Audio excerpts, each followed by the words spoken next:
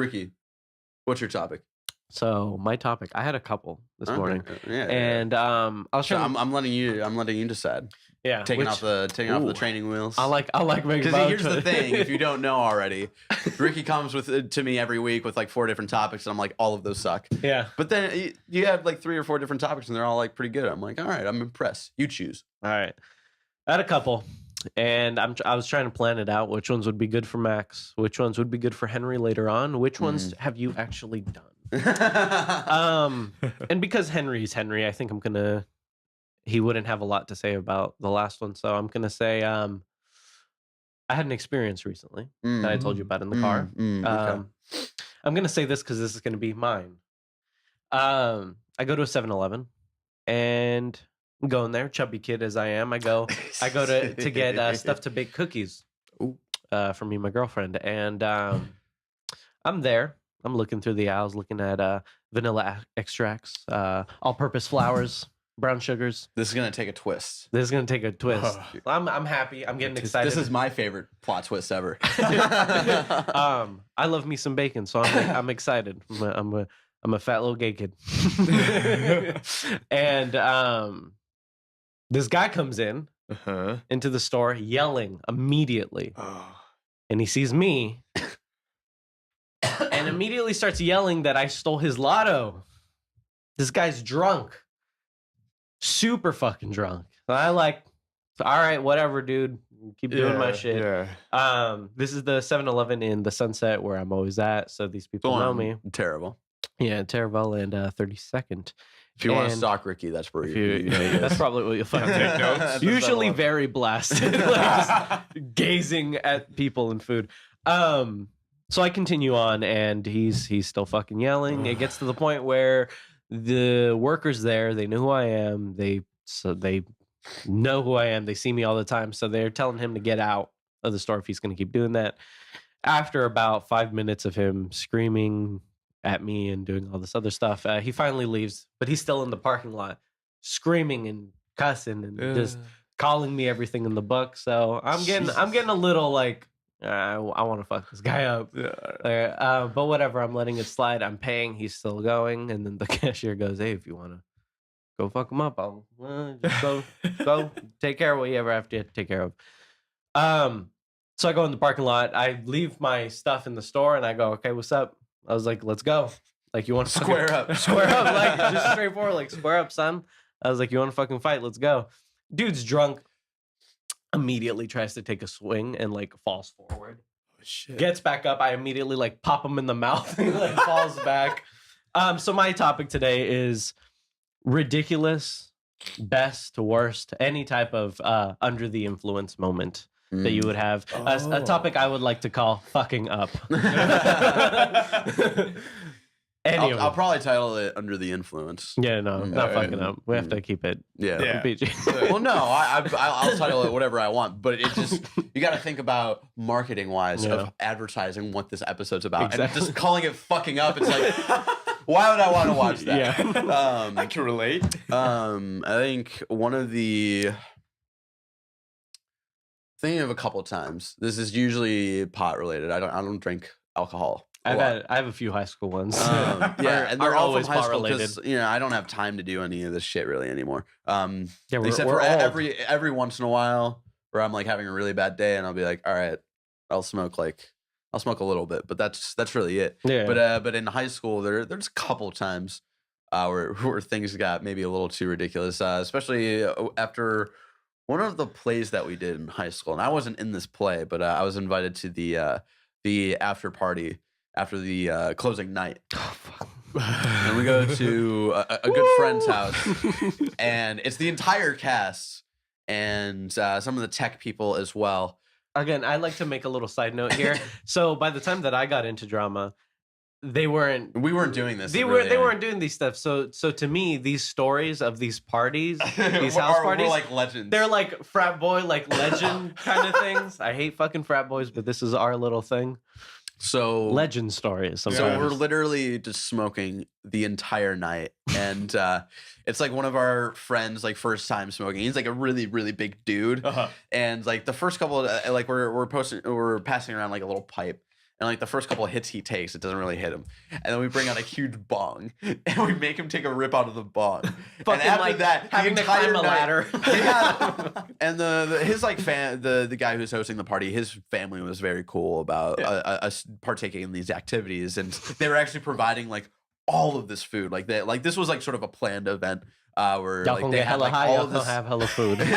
Yeah, they had like all of these like munchies, but also like sponsored by wings. Hostess. we also had like wings and all of this shit. And so, god damn, when the big buff dude, I don't want to say any names here. You know who I'm talking about. The one fucking the one big guy in our drama club. Fast and Furious. So he takes a bong rip. That's when he actually gets high, and he's just eating fucking cookies the entire night. And it's not like every once in a while he'll go up and take a cookie. At one point, like all of the food is on this bench, and some of us are hanging out on the bench, like near the bench at one point, and we just look over.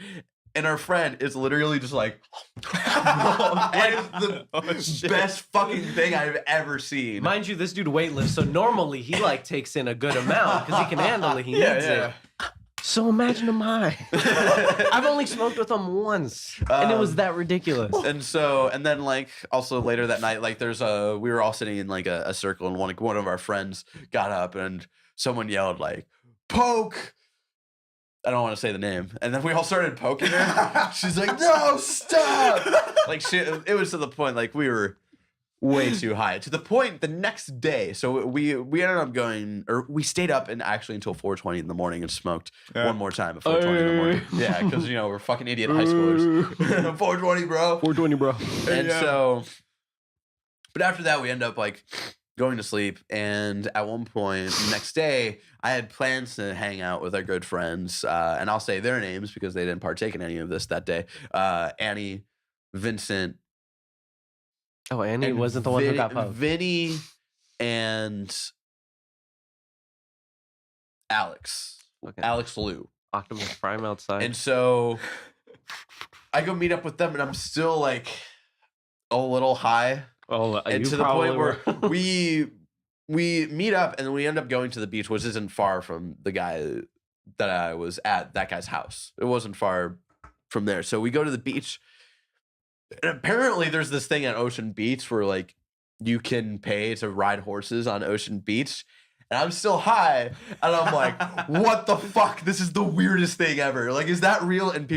And our friend Alex was fucking with me. He's like, "No, dude, they're just walking their dogs. Like, you're just like really high, man." I was like, "No, fuck you. Those are people riding horses, and that's weird. Are you saying that that's normal? Because that's not normal." I still don't think, even in a sober mind, I'm like, "No, that's not fucking normal." But then. So that's like a main one of like under the influence stories. You got one? Yeah. Do you have any interesting ones? Yeah, I have a couple. First one's really short. First time I ate an edible. It was like a croissant with the chocolate or whatever. Okay. It was really good though. I have an edible story after you do. Yeah, dude. So they just make you feel like you. But yeah, it's more of a body high. Yeah. So you just get fucking. They make me feel like I'm in a pool of Jello. It's pretty much what it is. When I was sobering up and I actually had a little bit less like sensory debilitation, I made the mistake of playing Fatal Frame. Started crying. Yeah, I would fucking cry too. I would like fetal position that shit. That's fatal. I don't fuck with Fatal Frame. That's some other shit. And then my longer story is I wasn't high or drunk at the time. Matter of fact, I was the DD at the party. It was just stuff that I said was really funny. One of my better, dude, I'm fucking hilarious, man. Just imagine, I was like, killing it that night, bruh. I feel like I just killed this shit. Everybody else is. I made all of these people who aren't in their right state of minds laugh their ass off.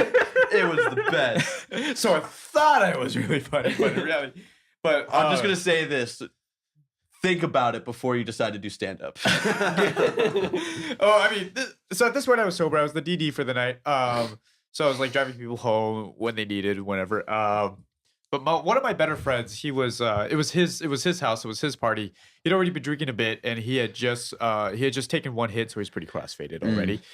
So I'm just sitting, and I forgot what was on the TV. I was just trying to enjoy it. But he sits up, does a whole arm around me. He's just like, "You know what, Max? Like, you're one of my best friends, man. I hope you really realize this. Typical, like, I love you, man. Yeah, he does one of those. This to turn into like, Max, like, suck this dick right here. Well, funny. Well, oh my God, it's actually happening. No, completely unrelated. Another time he was also really drunk. He gets really, really affectionate, and he's kissed me before. This is the only guy I've ever kissed. Kissed him like a couple times. We're like comfortable with our sexuality. Yeah, but it's just like, I just love this sort of twist right there. You're not expecting it. You think it's just a bro moment that is like, you know what? Can you suck this dick? Can you just like come here? He's never asked for anything of that. Like, not even of girls. He's asked of anything of like that. He's a gentleman. He's a good guy.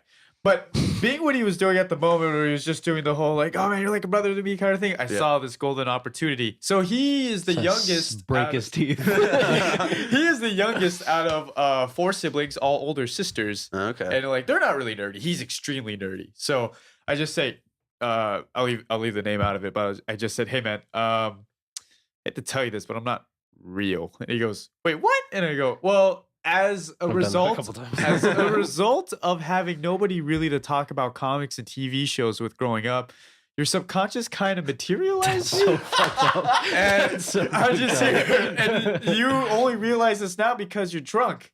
And you call to me whenever you need that sort of like brotherly, nerdy attention, but you've been deprived of it most of your life. So sorry, man. He's just like kind of frozen face and just goes, what the fuck? No. No, fuck you. No. He slowly stands up and walks out of the room and just goes, while pointing at me, he just goes, no.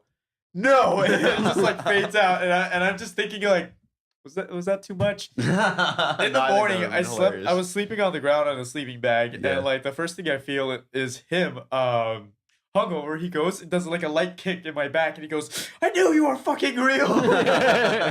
I have my very first time that I've ever done anything ever. It was at Dolores Park, of course, out of all fucking places. It was probably the last year I was willing to ever go to that park. And they were having a show, a concert, and I knew the bands that were playing. So it was me. I will say the fucking names that were here. So it was me, because it makes it better if I do. So it was me, Rasan, who I'm sure doesn't give a fuck. And I mean, the audience probably doesn't even know.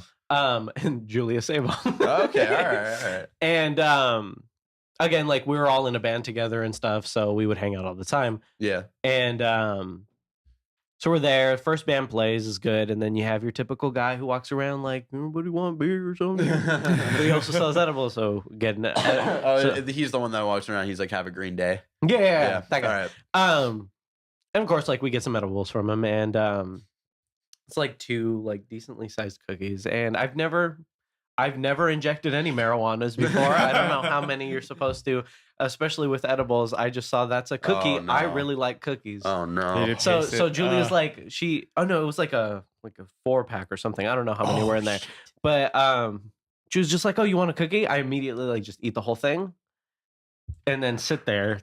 That band set ends, and then the next band comes up.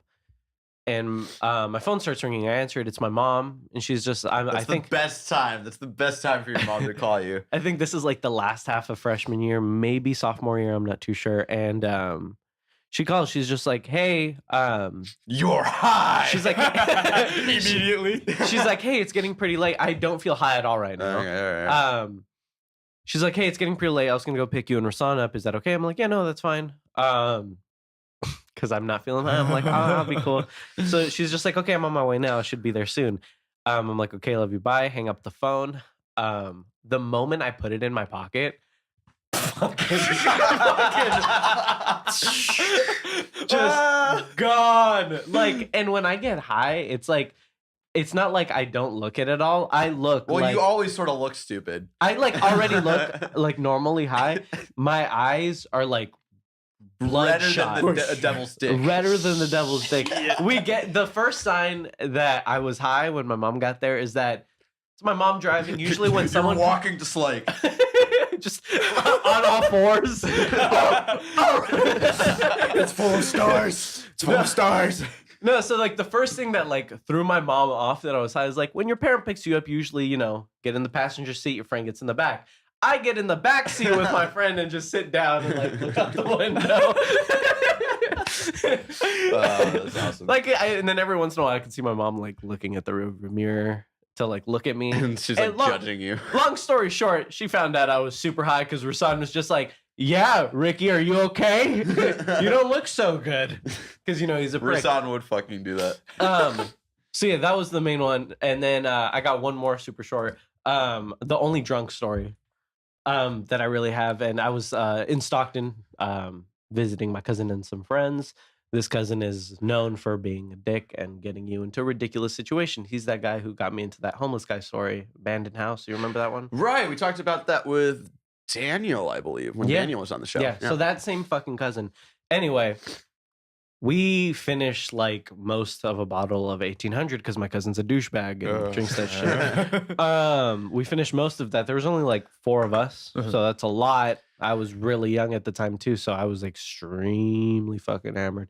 Again, long story short, I'm fading in and out. We were on bikes at one time. We were running at one time. I was hopping over a fence at one time. I somehow got on a skateboard and fell at one time. I wake up.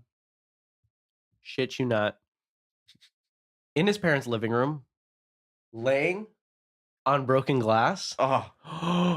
They have like, how most families have like that nice dining room like right next to the door that like no one really sits in, with like that big window that leads to the front yard. Yeah. Smashed. I'm laying on the ground. There's a bike right next to me. Oh my God. My cousin's just looking over me going, they get home tomorrow. End of story. So I've got like I think I've told this one before where I got super drunk on my mom's birthday and then went home drunk, bitching at my mom. Yeah, super fucking drunk. Yeah, feel it. And she didn't even really punish me. She thought it was fucking hilarious. And as your mom is the trillist. Yeah, and and then I think I've told you about this story, at least. I don't know if I've talked about it on the show, where we were at Dolores Park with a big group of friends, and sort of these guys that I sort of knew from a close, they went to high school near Lincoln. It was the sort of like French immersion school. And they come to hang out, and this is where we met this guy named Jack Jones. And I'm just going to say the name because no one's going to believe me that that's a real person's name. Jack Jones. Jack Jones. And JJ.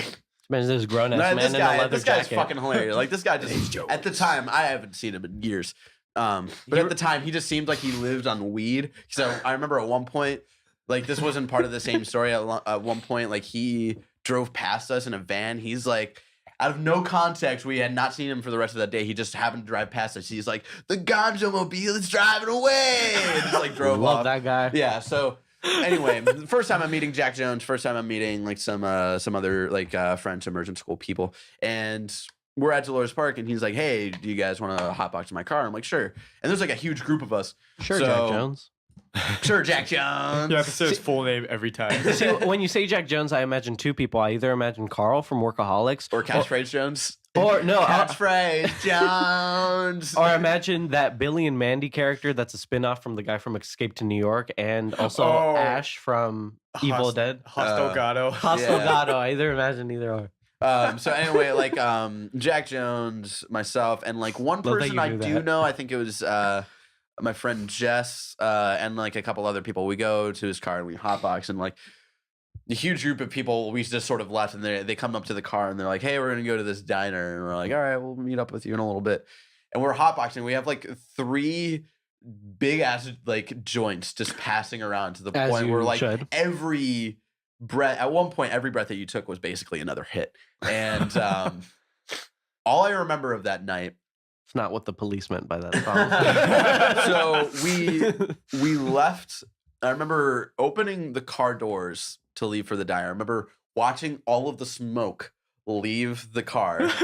So good. I remember getting to the diner. I don't remember actually walking to the diner. I remember being at the diner, watching our friend Kevin fall asleep in a pile of pancakes. Nice. And I remember I was missing my phone at one point. That Denny's 4 in the morning type of shit. I was missing my phone at one point, and that's all I remembered. And the next day I woke up, I was at home, safe, with my phone and everything. I don't remember what the fuck happened.